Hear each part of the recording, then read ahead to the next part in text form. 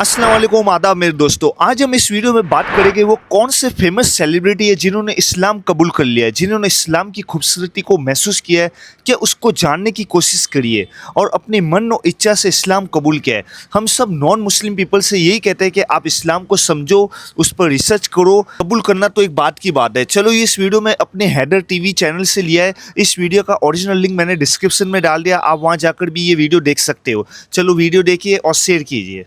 दोस्तों, क्या आप जानते हैं कि इंडिया की सबसे ब्लॉकबस्टर मूवी केजीएफ के सबसे खतरनाक विलेन गरौड़ा हिंदू मजहब से मस्जिद तक कैसे पहुंच गए और क्या हुआ जब एक ख्वाब देखकर चर्च के पादरी ने अपने समेत 10,000 लोगों को कलमा पढ़कर मुसलमान कर दिया। प्लस किस तरह मुसलमानों को दहशतगर्द समझने वाला एक हिंदू लड़का खुद कलमा पढ़कर मुसलमान हो गया था। आज की इस वीडियो में मैं आपको कुफर छोड़कर इस्लाम कबूल करने वाले दुनिया के सबसे लकी लोगों के बारे में बताने जा रहा हूँ। तो शुरू करते हैं अपना काउंटडाउन। रिचमंड। दोस्तों, ये जो शख्स आप देख रहे हैं इनका नाम रिचमंड है और ये साउथ अफ्रीका में रहने वाले एक चर्च के पादरी थे। 15 साल पहले ये एक चर्च के प्रीस्ट बने जहां ये 10,000 ईसाइयों को क्रिश्चियनिटी की तालीम देते थे। लेकिन 2023 में इनके साथ एक ऐसा वाकया पेश आया जिसने इनकी पूरी जिंदगी को बदल कर रख दिया। एक दिन ये अपने रूम में सो रहे थे कि इन्होंने ख्वाब में एक अजीब सी आवाज सुनी। इसमें इन्हें कहा जा रहा था कि अपने तमाम स्टूडेंट से कहें कि वो सफेद कपड़े पहन लें। जब इनकी आंख खुली तो इन्होंने सोचा कि सफेद कपड़े तो आम तौर पर मुसलमान ही पहना करते हैं, लेकिन इन्होंने कोई रिएक्शन नहीं दिया और इसे ख्वाब समझकर छोड़ दिया। लेकिन अगली रात इन्होंने फिर से वही ख्वाब देखा और यही अल्फाज सुने। हैरानगी की बात यह है कि तीसरे दिन इन्हें फिर से वही ख्वाब आया जिसमें इस आवाज में काफी ज्यादा गुस्सा भी लग रहा था, जैसे ये आवाज इन्हें ऐसा करने के लिए फोर्स कर रही है। जब ये ख्वाब से बेदार हुए तो इनके दिल पर एक अजीब सी कैफियत तारी हो गई। इन्होंने अपने सारे शागिर्दों को इकट्ठा कर लिया और इनसे कहा कि वो सब कल सफेद कपड़े पहनकर चर्च आएं। इस्लाम के बारे में इब्राहिम ने पहले सुन तो रखा था, लेकिन इस ख्वाब ने इनका दिल इस हद तक बदल दिया था कि जब सुबह इनके 10,000 शागिर्द सफेद कपड़े पहनकर इनके सामने हाल में खड़े हुए तो रिचमंड ने बेसाख्ता इन सब से कहा कि वो चाहते हैं कि इन समेत वो सब लोग भी कलमा पढ़कर मुसलमान हो जाएं। आप बिलीव नहीं करेंगे कि इनके सामने खड़े उन तमाम ईसाइयों में से किसी एक ने भी कोई सवाल नहीं किया और अपने पादरी के पीछे कलमा शहादत पढ़कर सारे के सारे लोग मुसलमान हो गए। ये अल्लाह की कुदरती थी कि ना सिर्फ इब्राहिम बल्कि 10,000 स्टूडेंट किसी को बताए, पूछे या सोचे समझे बगैर ही इस्लाम कबूल करने पर आमादा हो गए। इवन इस नेक काम को सरंजाम देने के बाद इन्होंने अपना नाम इब्राहिम रख लिया और मक्का मुकरमा में हज करने के लिए भी आ गए। इब्राहिम के मुताबिक ये एक मौजज़ा था जिसे अल्लाह ताला ने इनके ऊपर सादर किया और ये सारे के सारे अपने स्टूडेंट समेत मुसलमान हो गए और अल्हम्दुलिल्लाह ये आज भी इस्लाम के दामन में हैं।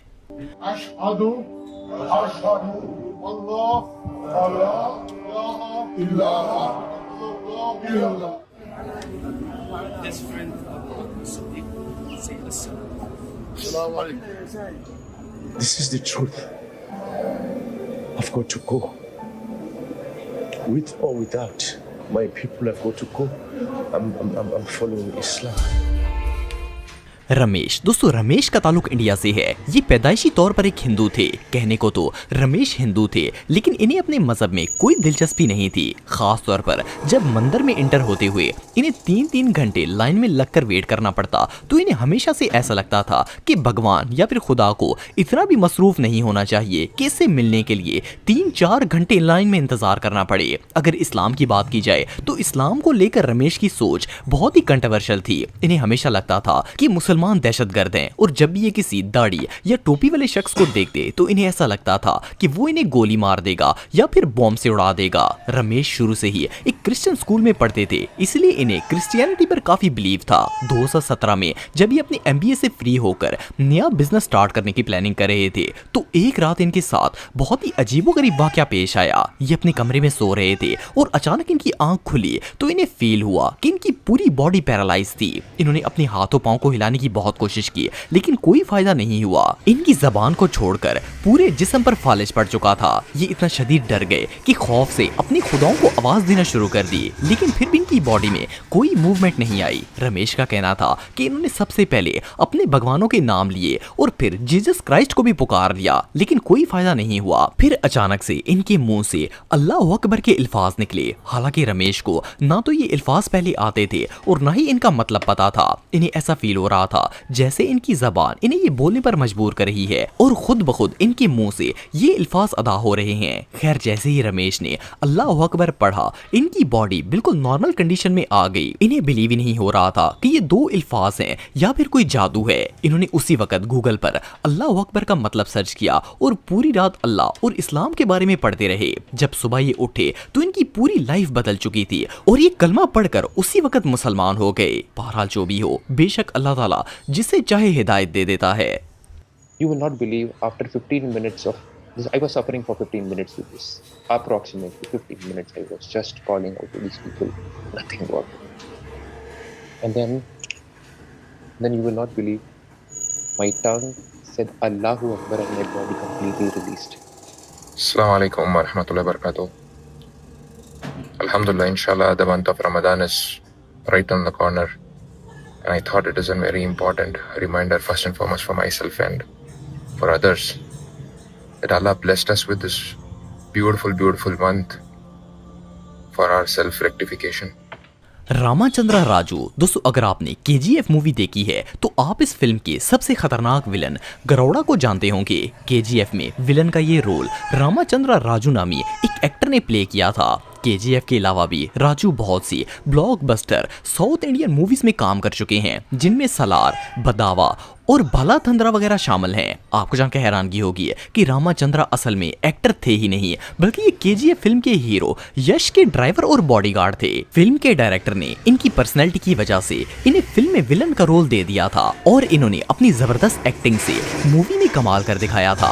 वैसे तो राम मजहबी एतबार से एक हिंदू घर से ताल्लुक रखते हैं, लेकिन इसी साल रमजान के महीने में इनकी एक वीडियो सोशल मीडिया पर वायरल हुई जिसमें ये मस्जिद गए हुए थे और इन्होंने बाकायदा कमीज शलवार और सर पर टोपी भी पहनी हुई थी। ये ना सिर्फ मस्जिद के इमाम और सारे मुसलमानों से मिल रहे थे, बल्कि मुसलमानों ने इनका बाकायदा इस्तकबाल करके इनके सर पर रुमाल भी बांध दिया। सोशल मीडिया के मुताबिक तो इन्होंने इस्लाम कबूल कर लिया है, लेकिन इन्होंने बाकायदा इस बात का कोई ऐलान वगैरह नहीं किया। बहरहाल जो भी हो, मुस्लिम आउटफिट में तो इनका पूरा का पूरा कैरेक्टर ही बदल गया है।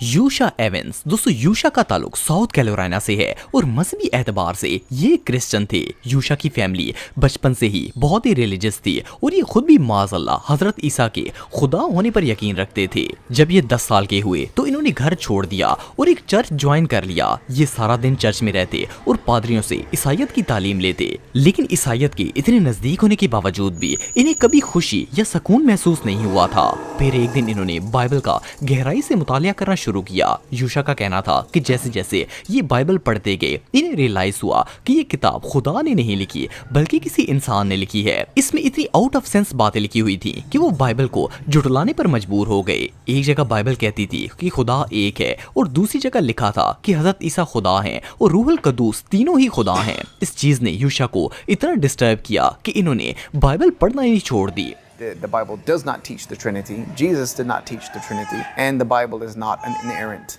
book. It is a book full of errors. इत्तफाक से उन्हीं दिनों में यूशा की एक मुसलमान लड़के से दोस्ती हो गई। एक दिन उस मुसलमान लड़के ने इन्हें अपने साथ मस्जिद में जुम्मा पढ़ने की दावत दी और ये भी वहां चले गए। मस्जिद में जब इमाम खुतबा दे रहे थे तो यूशा को एक अलग ही सुकून महसूस हुआ। जब नमाज खत्म हुई तो यूशा सीधा इमाम के पास चले गए और इनसे कहा कि क्या इनके पास अपने मजहब की कोई दलील है। इमाम साहब ने इन्हें अपने ऑफिस में बुला लिया और इनके हाथ में कुरान पाक थमा दिया। इन्होंने यूशा को कहा कि ये अल्लाह की किताब है और वो इसे घर ले जाएं और इसे अच्छी तरह पढ़ लें, फिर देखें क्या होता है। चुनाचा यूशा कुरान घर ले गए और इसे पढ़ना स्टार्ट कर दिया।